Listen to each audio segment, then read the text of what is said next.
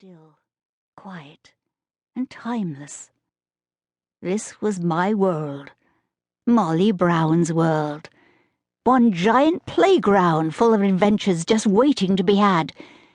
But even as I surveyed the peaceful landscape, I felt the strangest sensation grip my heart.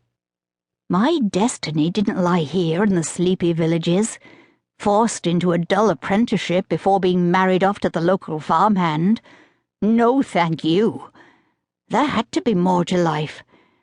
I wasn't sure what yet, but sure as eggs is eggs, I would find a way to make it happen. At the thought of the eggs, I suddenly remembered the reason why I was up this big old tree in the first place.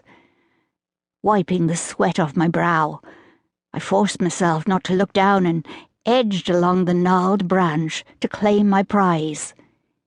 2 perfect brown speckled eggs were sitting in the nest within touching distance, still warm from when the crow had hatched them. I wasn't daft. I'd never pocket a wren's or robin's egg. Everyone knew bad luck would come your way if you nicked those, and your hands would fall off. Happened there'd be no harm in a crow's egg, though. Just then, a sharp whistle sounded from below. My partners in crime! I could just make out the faces of Jack and Bernard. "It's a bobby!" Jack hissed. "Get down afore he sees you!" Oh, heck! There was no time to pocket either of the shiny brown eggs. Instead, I shimmied down that tree faster than a rat down a drainpipe. With a loud thud, I landed slap bang in front of the black laced-up leather boots of one P.C. Riseborough, my nemesis. I swear that man spent his whole time roaming the countryside looking for me. He always seemed to know just where to find me. "Mollie Brown again," he said in his thick Norfolk accent. Slowly he shook his head. "If there's trouble to be found, it's always you in the thick of it, ain't you? When will you learn?" Last summer he'd caught me with handfuls of stolen strawberries. There'd not been a soul about, until the sight of his tall hat bobbed past over the top of the hedge. It clouted me so hard round the lug-hold that my ears had been ringing for weeks. I shook my head as I saw Jack and Bernard turn on their heels and leg it. "I was just mucking about," I said, shaking my red curls vigorously. "Having a gulp from the tree." He peered down at me, narrowed his eyes, and slowly and deliberately peeled off his gloves. "That's a lot of old squid," he said. "Stealing eggs you was. I ought to box your chops." 2 minutes later, with my ears ringing from another clip, I ran for home.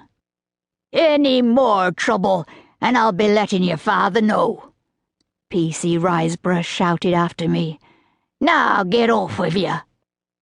My heart sank as I raced off down the fields. Not again. He was forever catching me doing things I shouldn't, and my father was forever telling me off. I didn't want to trouble father, not in his condition, but trouble just seemed to seek me out. I ran so quickly across the fields and lanes that the bushes became a blur of green. I could run in them days. I was so strong and fast it wasn't true. So fast that at times I felt I could have flown clean over the hedgerows like a swallow, swooping and soaring.